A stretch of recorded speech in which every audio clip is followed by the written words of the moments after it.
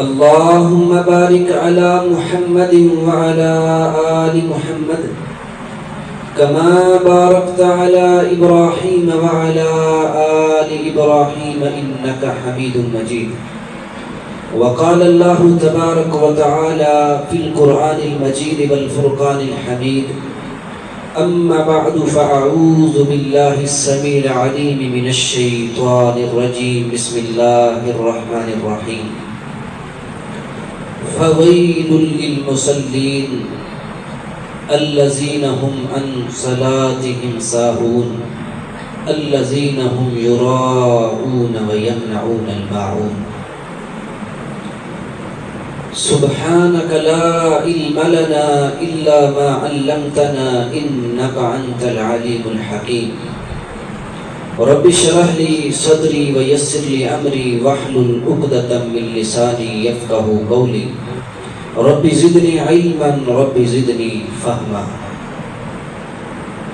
ہر قسم کی حمد و ثنا، کبریائی، بڑائی، یکتائی، تنہائی، بادشاہی، شہنشاہی اکیلے اللہ احکم الحاکمین کی ذات بابرکت کے لیے لاکھوں کروڑوں درود و سلام آقا دو جہان، آمنہ کے لال، عبداللہ کے جگر گوشے، امام الانبیاء، میرے اور آپ کے پیر و مرشد جناب محمد مصطفیٰ صلی اللہ علیہ وآلہ وسلم کی ذات اقدس پر لاکھوں کروڑوں بخشش کی دعائیں، درجات کی بلندی کی دعائیں جناب اہل بیت اعظام، صحابہ کرام، تابعین، تبع تابعین، محدثین، اولیاء کرام، بزرگان دین، جتنے بھی مومنین اس دنیا سے جا چکے ہیں، اللہ تعالیٰ سب کی قبروں کو نور سے منور فرمائے اور سب کی کمیوں کوتاہیوں کو معاف فرمائے. اور اس دعا کے ساتھ اپنے خطبے کا آغاز کروں گا. اللہ جتنے پریشان ہیں، بیمار ہیں، اللہ تو سب کی پریشانی اور بیماریوں کو دور فرما. حضرات ذی وقار، اللہ تعالیٰ کی توفیق و رحمت سے گزشتہ خطبہ جمعۃ المبارک میں کچھ ایسے نمازیوں کا آپ کے سامنے ذکر کیا تھا کہ جن کی نمازیں ان کے لیے نجات کی بجائے ان کے گلے کا توق بن جائیں گی اور ان کے لیے وبال کا سبب بن جائیں گی. اور ان میں سے کچھ نمازیوں کا ذکر کیا جن میں سے پہلا نمازی وہ تھا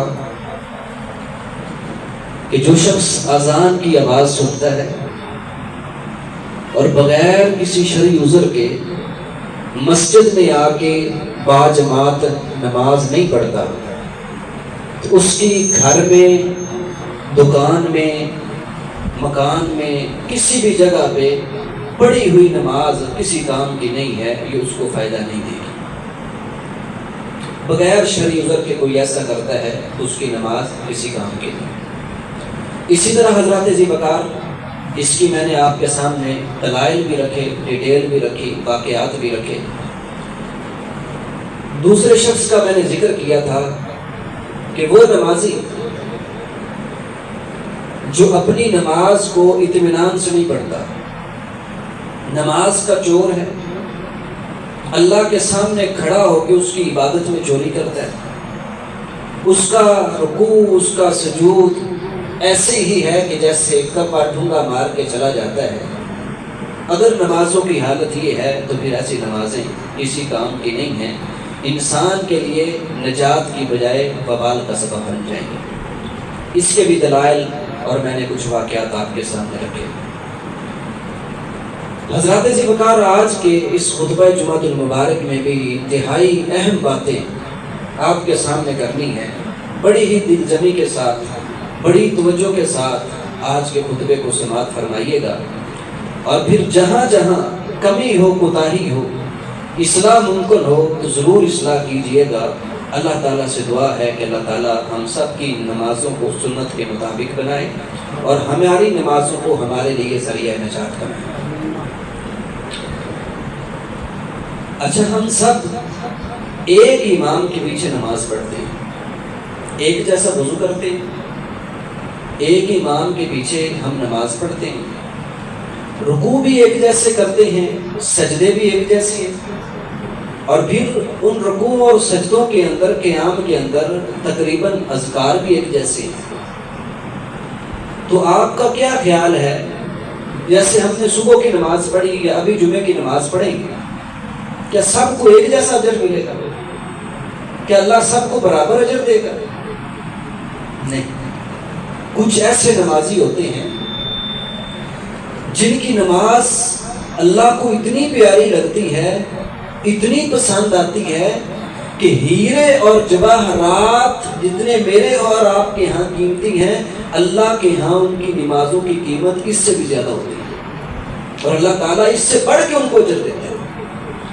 اور کچھ ایسے نمازی بھی ہوتے ہیں کہ جو نماز پڑھنے آتے ہیں، ان کی نمازوں کی قیمت اللہ کے ہاں سونے کی طرح ہوتی ہے، سونے کی طرح قیمتی ان کی نماز اللہ کے ہاں ہوتی ہے۔ اور کچھ ایسے نمازی بھی ہوتے ہیں جو نماز پڑھنے کے لیے آتے ہیں، ان کی نماز کی قیمت اللہ کے ہاں چاندی کی طرح ہوتی ہے۔ یہ مثال دینے کے لیے میں آپ کو سمجھا رہا ہوں۔ اور کچھ ایسے نمازی بھی ہوتے ہیں جن کی نمازوں کی قیمت اللہ کے ہاں پتل اور تانبے کی طرح ہوتی ہے۔ اور کچھ ایسے نمازی بھی ہوتے ہیں جو نماز پڑھتے ہیں، ان کی نمازوں کی قیمت اللہ کے ہاں ایک لوہے کے برابر ہوتی ہے، جتنا میرے اور آپ کے ہاں لوہے کی قیمت ہے۔ اور کئی ایسے نمازی بھی ہیں جو نماز پڑھنے کے لیے آتے ہیں، ان کی نمازوں کی اللہ کے ہاں قیمت مٹی کے برابر بھی نہیں ہوتی۔ جیسے آتے ہیں ویسے ہی خالی ہاتھ واپس لوٹ جاتے ہیں۔ وقت نکالا ہے، آئے ضرور ہیں، رکوع سجدے کیے ہیں، اسی امام کے پیچھے نماز پڑھی ہے جس کے پیچھے نماز پڑھ کے ایک انسان کو ہیرے اور جواہرات سے بھی زیادہ ثواب مل گیا، لیکن یہ شخص آیا ہے خالی ہاتھ، اسی طرح واپس لوٹ گیا۔ اور اللہ کی قسم کئی نمازی ایسے ہوتے ہیں جو نماز پڑھنے کے لیے آتے ہیں، لیکن جب نماز پڑھنے کے لیے آتے ہیں تو اس طرح مسجد سے واپس جاتے ہیں کہ ان کی نماز کو اوپر اٹھایا جاتا ہے، آسمان کی طرف لے کے جایا جاتا ہے، اور آسمان سے ان کی نماز کو لپیٹ کر ان کے منہ کے اوپر مار دیا جاتا ہے، اور یہ نماز ان کے لیے بد دعا کرتی ہے، اللہ جس طرح اس نے مجھے برباد کیا، اللہ تو اس کو تباہ و برباد کر دے۔ ایسے نمازی بھی ہوتے ہیں، آئے تو نماز پڑھنے ہیں، بجائے اس کے کہ وہ اللہ کو راضی کر کے جائیں، اللہ سے اجر لے کے جائیں، اس کے علاوہ اس کے الٹ اللہ کے غیظ و غضب کا شکار ہو کے جاتے ہیں۔ امام ایک ہے، وضو ایک طرح کی ہے، رکوع ایک طرح کے کیے ہیں، سجدے ایک طرح کے کیے ہیں، تسبیحات ایک طرح کی پڑھی ہیں، سارے رکن انہوں نے امام کے پیچھے ایک طرح کے کیے ہیں، لیکن یہ آیا ہے جس طرح خالی ہاتھ آیا تھا، خالی ہاتھ لوٹ گیا، الٹا اس کی نماز کو اس کے منہ کے اوپر لپیٹ کے مار دیا گیا، اس کی نماز اس کے لیے بد دعائیں کر رہی ہے۔ تو مجھے اور آپ کو گزشتہ خطبے کو سامنے رکھتے ہوئے اور آج کے خطبے کو سامنے رکھتے ہوئے سوچنا چاہیے کہ میں اور آپ کس جگہ پہ، کس مقام پہ کھڑے ہیں، اللہ کے ہاں کتنا کو اجر ہمیں مل رہا ہوگا۔ دیکھیں نا، ایک وہ شخص ہے کہ جو سارا دن مزدوری کرتا ہی نہیں، جس نے کام کرنا ہی نہیں، اس کو کچھ ملنا بھی نہیں۔ ایک وہ شخص ہے جو سارا دن مزدوری بھی کرے، کام بھی کرے، سر پہ دابڑے بھی اٹھائے، اور پھر جب شام کو مزدوری لینے کی باری آئے تو مالک اس کے کان پکڑا دے۔ کیوں بھائی؟ اس کو ڈبل نقصان ہوا ہے کہ نہیں ہوا؟ تو کہیں یہ نہ ہو کہ ہم مزدوری بھی کریں، ساری زندگی لگ جائے، اور پھر اس طرح خالی ہاتھ لوٹیں کہ قیامت والے دن ان نمازوں کا نجات کی بجائے ہمارے لیے وبال نہ بن جائے۔ ایک شخص کہہ رہا تھا، ہمارا ایک ساتھی ہے محبت کرنے والا، پچھلے جمعے کہ قاری صاحب جو نمازی آتے ہیں آپ بے نماز کے اوپر جمعہ پڑھاتے ہیں، کہیں یہ بھی نہ بھاگ جائیں۔ میں نے کہا بات یہ نہیں ہے، بات یہ ہے کہ ایک شخص نے لاہور جانا ہے اور وہ فوٹا پاس والی گاڑی پہ بیٹھ گیا، اے سی والی گاڑی ہے، بڑا اس کو سکون دے رہی ہے، بڑے اطمینان سے آ رہا ہے، لیکن جانا اس نے لاہور ہے، اس کی الٹ منزل کی طرف وہ سفر کر رہا ہے۔ بتاؤ یہ اپنی منزل کے اوپر پہنچ جائے گا؟ اچھا بہاول نگر سے گاڑی چلے ہارون آباد آ جائے اور یہاں اس کو کوئی کہے کہ بھائی جان اتنا سفر تو چلو آپ نے کر لیا، لیکن یہ جو آگے آپ کی منزل ہے اس طرف آپ کو ملنے والی نہیں۔ آپ نے اگر اپنی منزل پہ پہنچنا ہے تو آپ واپس لوٹیں اور لاہور کی طرف جائیں، جتنا آگے سفر کریں گے منزل کی طرف پلٹنا مشکل ہو جائے گا۔ ابھی اس کا خیر خواہ ہے یا اس کا دشمن ہے؟ خیر خواہ ہے، کوئی بات نہیں، زندگی کے 20 سال گزر گئے، 30 سال گزر گئے، 40 سال گزر گئے، غلط سمت کی طرف ڈرائیو کر رہے ہیں، سفر کر رہے ہیں۔ اگر آج تمہیں کوئی بتا رہا ہے کہ بھائی جان اپنی سمت کو درست کر لو، جنت کی طرف جو آپ نے سفر کرنا ہے وہ آپ کو پھر بھی قریب ہو جائے گا، جو سفر آپ کر چکے ہیں اس سے اگر مزید زیادہ کریں گے منزل اور دور ہو جائے گی، تو پھر اس پہ ناراض نہیں ہونا چاہیے، ہمیں اپنی اصلاح کرنی چاہیے۔ خیر بات کر رہا تھا وہ کون سے نمازی ہیں کہ جن کی نمازیں ان کو فائدہ نہیں دیں گی، ان کے لیے ہلاکت کا سبب بن جائیں گی۔ دو لوگوں کا میں نے ذکر کیا تھا گزشتہ خطبہ جمعۃ المبارک میں، تیسرے شخص کا ذکر سنیے گا، اپنی طرف سے نہیں کہتا، یہی سورۃ الماعون ہے، آپ اس کا ترجمہ اٹھا کے دیکھیے۔ اللہ فرماتے ہیں فَوَيْلٌ لِّلْمُصَلِّينَ، ہلاکت ہے ایسے نمازیوں کے لیے، بربادی ہے ایسے نمازیوں کے لیے، ویل نامی جہنم کی وادی ہے ایسے نمازیوں کے لیے۔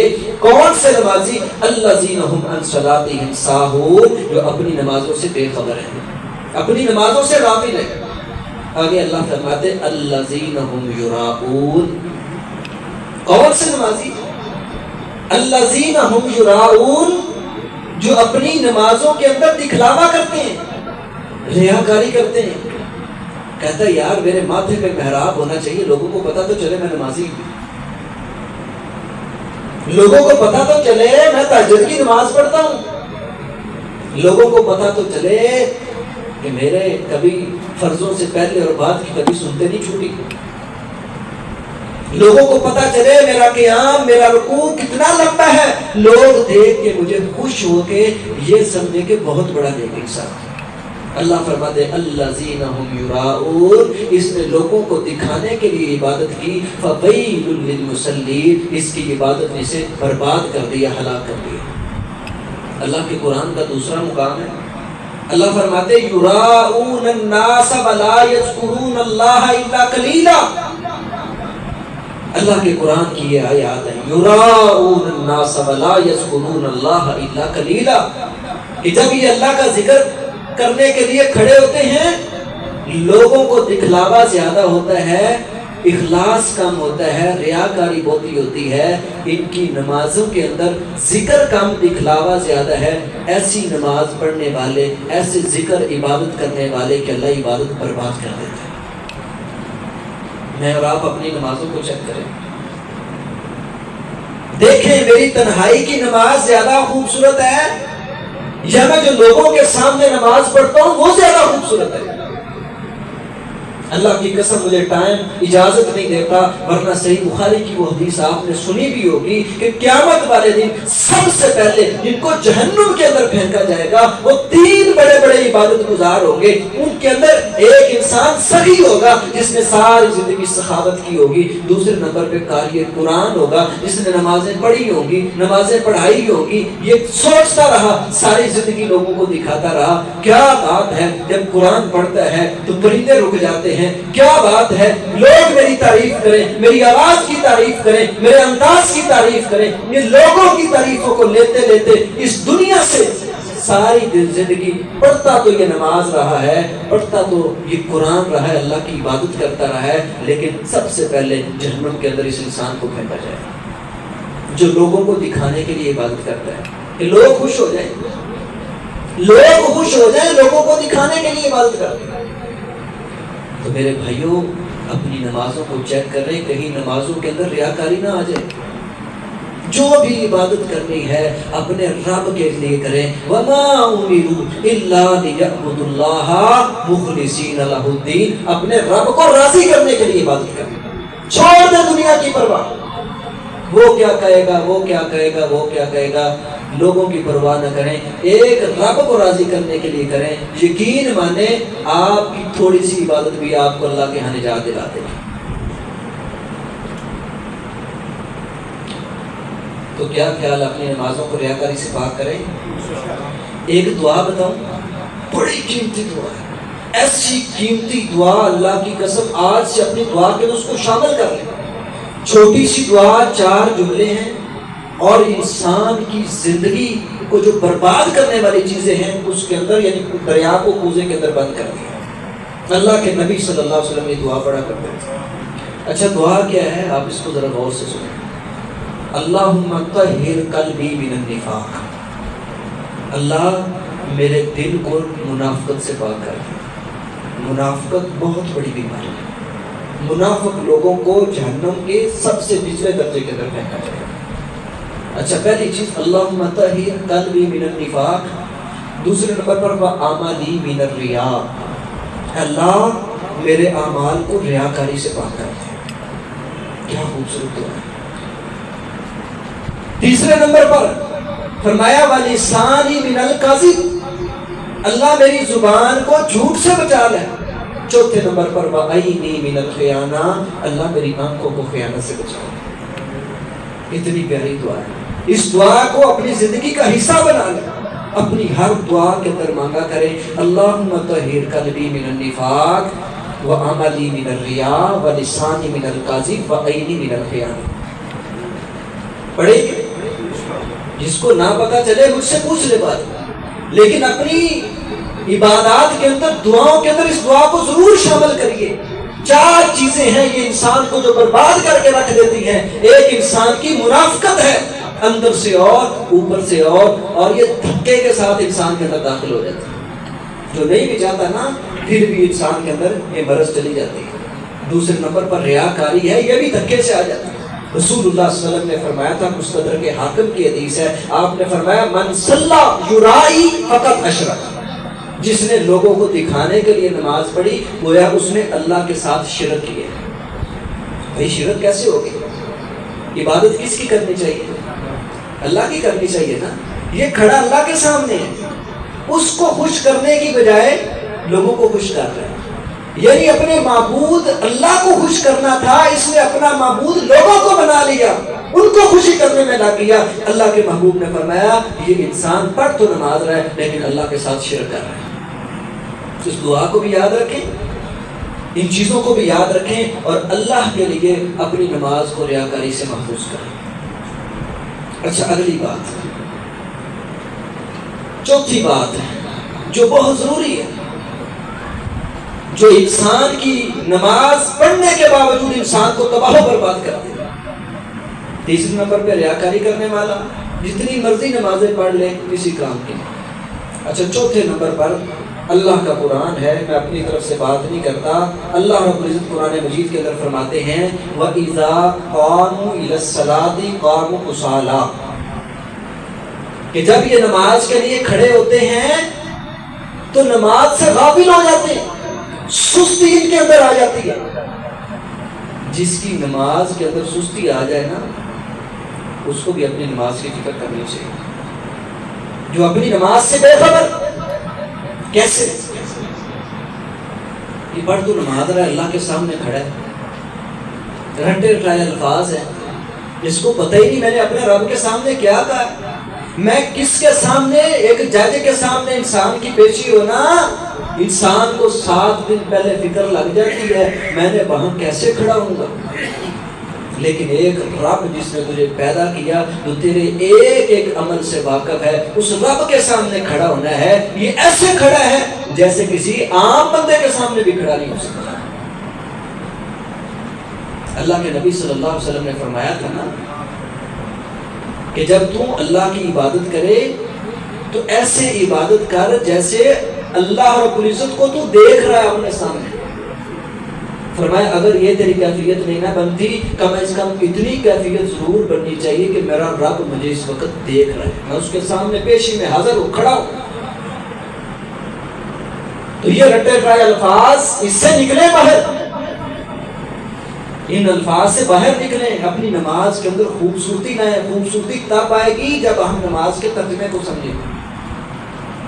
آج تک ہم نے نہیں سمجھا اللہ اکبر کا کیا معنی, سبحانک اللہ کا کیا معنی, الحمدللہ کا کیا معنی. بس رٹے رٹائے الفاظ ہیں, وہ طوطے کی طرح آتے پڑھ کے چار ٹھونگے مار کے چلے جاتے. نماز ہمیں اسی لیے تو فائدہ نہیں دے رہی. میں ایک امام کا واقعہ پڑھ رہا تھا. شاگرد اپنے شیخ الحدیث استاد سے ملنے کے لیے گیا. کہتا جب میں اپنے استاد کے پاس پہنچا تو میں نے دیکھا کہ میرا استاد نماز پڑھ رہے ہیں. کہتے میں پیچھے ہو کے بیٹھ گیا اور ان کی نماز کو دیکھنے لگا. کہتے اتنی خوبصورت انہوں نے نماز پڑھی, اتنی پیاری انہوں نے نماز پڑھی. کہتے ہیں مجھے ان کی نماز دیکھ کے ان پر رشک بھی آیا اور فکر بھی ہوئی. اچھا جی رشک کس بات کا آیا؟ کہنے لگے رشک اس بات کا آیا کہ کتنی پیاری نماز پڑھی ہے انہوں نے, کتنی خوبصورت نماز پڑھی ہے, اللہ میری نماز کو بھی ایسے ہی بنا دے. فکر کس بات کی لاحق ہوئی؟ کہتے ہیں دوسری بات میں فکر کے اندر چلا گیا, پریشان ہو گیا. پریشان اس بات نے مجھے کیا کہ ان کی جو نماز میں دیکھ رہا ہوں, جو تنہائی کے اندر پڑھ رہے تھے, یہ ملنے کے لیے گئے تھے, اچانک دیکھ لیا کہ میں نے جو اتنی پیچھے نمازیں پڑھی ہیں میری ان نمازوں کا کیا بنے. کہتے ہیں دو باتوں نے مجھے پریشان کر دیا. انتظار میں بیٹھا, جب انہوں نے سلام پھیرا تو ان کے قریب چلا گیا, سلام لئی تو کہتے میں نے ان کے چہرے کو دیکھا, ان کے چہرے کا رنگ سرد ہو چکا تھا اور چہرے پہ پریشانی کے آثار بہت نمایاں تھے. کہنے لگے میں سمجھا کہ استاد محترم کو پریشانی ہوگی, کوئی تکلیف ہوگی. ایسی فکر کبھی میں اور آپ نے کی ہے؟ دنیا داری کی بڑی فکر ہے, کہیں ہماری دکان بند نہ ہو جائے, کاروبار پاٹھا نہ پڑ جائے, اس کے اندر کیسے کیسے اس کو آگے لے کے جانا ہے, یہ ہمیں ساری فکریں ہیں. بچوں کے کپڑے سردی آ گئی تو لینے ہیں, گرمی آ گئی تو اب لینے ہیں, اب یہ کرنا ہے وہ ساری فکریں ہمیں. اگر نئی فکر آج تک میں نے اور آپ نے کی تو اپنی نماز کی نہیں کی. جیسے ہے تیسے کی تیسے پڑھ رہے ہیں اور تو کی تو ہے, جیسے سے پڑھتے آ رہے تھے ویسے ہی آگے چلتے جا رہے ہیں. کہتے ہیں میں نے پوچھ لیا استاد محترم کو پریشانی, آپ کے چہرے کا رنگ بدلا ہوا ہے؟ تو کہنے لگے مجھ سے وہ کہنے لگے کہ میں بہت پریشان ہوں, میں نے یہ نماز پڑھی ہے, مجھے ڈر لگ رہا ہے کہ پتہ نہیں میری نماز میرا رب قبول بھی کرے گا. ایسی کبھی فکر ہمیں لاحق ہوئی ہو؟ اللہ کے لیے اپنی نمازوں کی فکر کرے اور نمازوں سے اس سستی کو ختم کریں. اگلے نمبر 5 ہو گئے, چھٹے نمبر پر بھی ذرا ایک اور نمازی کا ذکر سنیں. اللہ رب العزت قرآن مجید کے اندر فرماتے ہیں, میں قرآن کے حوالے دے رہا ہوں, حدیث کے حوالے. قرآن کے اندر اللہ رب العزت فرماتے ہیں اپنے محبوب پیغمبر کو, میرے محبوب پیغمبر وَأَقِمِ الصَّلَاةَ, آپ نماز قائم کیجئے.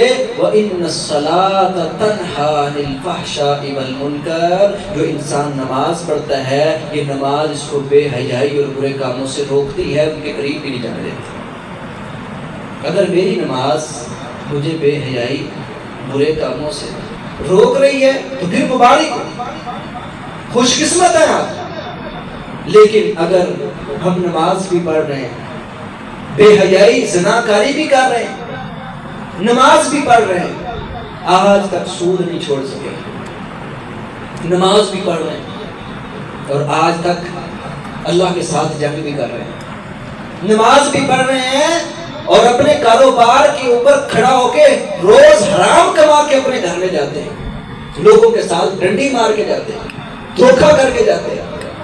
ان الصلاۃ تنہیٰ عن الفحشاء والمنکر, نماز بے حیائی اور برے کاموں سے روکتی ہے. جس کی نماز اس کو نہیں نہ روک رہی اس کو فکر کرنی چاہیے کہ کہیں اس کی نمازیں اور اس کو جہنم کا ایندھن نہ بنا دی جائے. گناہوں کو چھوڑے گا۔ آج کئی لوگ کہتے ہیں قاری صاحب نماز کے اندر سکون نہیں آتا۔ سکون تجھے کہاں سے آئے؟ معذرت کے ساتھ یہ بات کر رہا ہوں، جس امام کے پیچھے آپ نے نماز پڑھنی اس امام کے بارے میں دل ہی صاف نہیں تو تیری نماز کے اندر اللہ سکون تجھے کیسے دے گا؟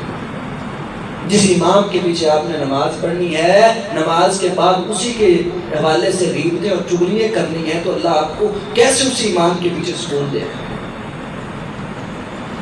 جس امام کے پیچھے آپ نے نماز پڑھنی ہے اس امام کے حوالے سے ہمارا دل صاف نہیں، چغلیاں غیبتیں ساری معاملات ہیں، تو خدا را پھر یہ گلہ نہ کیجئے کہ ہمیں نماز کے اندر سکون نہیں آتا۔ اپنے دلوں کو صاف کیجئے۔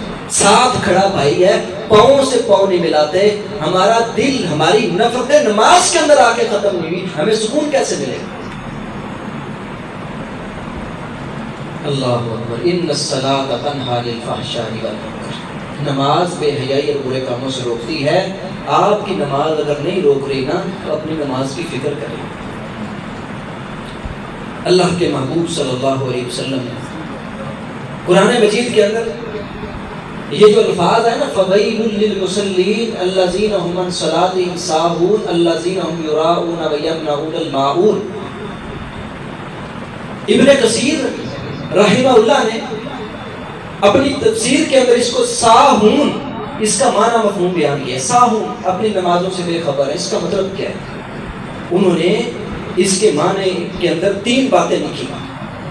کہنے لگے ساہون کا ایک مطلب تو یہ ہے کہ بے ٹائمہ اپنی نماز کو پڑھنے والے، جب دل کیا پڑھ لی کوئی بات نہیں، فرض نکل گیا تو بعد میں پڑھ لوں گا، بعد میں پڑھ لی، بے ٹائم، اس کو ٹائم کی فکر نہیں، نماز کی جماعت کی فکر نہیں۔ فرمایا ساہون کے اندر یہ بندہ شامل ہے۔ دوسرے نمبر پر فرمایا نماز کو خشوع خضوع سے نہ پڑھنے والا، الذین ھم عن صلاتہم ساہون، اس سے مراد یہ بھی ہے کہ جو اپنی نماز کو خشوع سے نہیں پڑھتا، ان کے لیے بھی اللہ نے فرمایا فویل للمصلین۔ تیسرے نمبر پر فرمایا الفاظ اور مفاہیم اگر کسی کو نماز کے نہیں آتے تو یہ بھی ساہون کے اندر شامل ہے، جن کے لیے اللہ تعالیٰ نے فرمایا فَوَيْلٌ لِّلْمُصَلِّينَ، یہ ساہون کے اندر شامل ہے جس کو نماز کا ترجمہ اور اس کے مفاہیم کا نہیں پتہ۔ تو میرے بھائیوں، آخری بات اور اس موضوع کو کلوز کرتے ہیں، ایسا نمازی اس کی نماز میں اس کو کوئی فائدہ نہیں دے گی۔ رسول اللہ صلی اللہ علیہ وسلم کا صحیح فرمان بخاری شریف کے اندر آپ نے فرمایا صلو کما رأیتمونی اصلی، نماز اس طرح پڑھو جس طرح مجھے پڑھتے ہوئے دیکھیں۔ اپنی نماز کو رسول اللہ صلی اللہ علیہ وسلم کے سنت کے طریقے کے مطابق بنائیں، چیک کریں رسول اللہ صلی اللہ علیہ وسلم کی نماز کیسی تھی، ورنہ پچھلے جمعوں کے اندر میں بیان کر چکا ہوں، کئی لوگ حوض کوثر پہ نبی پاک کی امتی آئیں گے جن کے ہاتھ پاؤں والے اعضاء چمک رہے ہوں گے، ساری زندگی انہوں نے وضو کیے ہوں گے، ساری زندگی انہوں نے نمازیں پڑھی ہوں گی، سارے وضو والے اعضاء چمک رہے ہیں، وضو بھی لگتا ہے ان کا ٹھیک تھا لیکن ان کی نمازیں ٹھیک نہیں تھی، جس کی وجہ سے حوض کوثر سے ان کو محروم کر دیا جائے۔ تو اپنی نماز کو سنت کے مطابق بنائیں، چیک کریں میری نماز کیسی ہے اور کہاں کہاں کمی ہے۔ میں انشاءاللہ کوشش کروں گا ہماری جو نماز کے اندر غلطی ہیں ان غلطیوں کو بھی آگے آپ کے سامنے رکھوں، تو آپ جلدی سے تشریف لایا کریں تاکہ پورا موضوع سمجھ آ جائے۔ اللہ تعالی ہمیں اپنی نمازوں کے اندر خشوع خضوع پیدا کرنے کی بھی توفیق عطا فرمائے، جو کمیاں کوتاہی اللہ تعالی ہم سے وہ بھی دور فرمائے، اور اللہ تعالیٰ سنت کے مطابق ہم نماز پڑھنے کی توفیق عطا فرمائے۔ اللہ تعالیٰ ہم سب کی نمازوں کو قبول فرمائے۔ ان اريد الا الاسلام ما استطعت وما توفیقی الا باللہ۔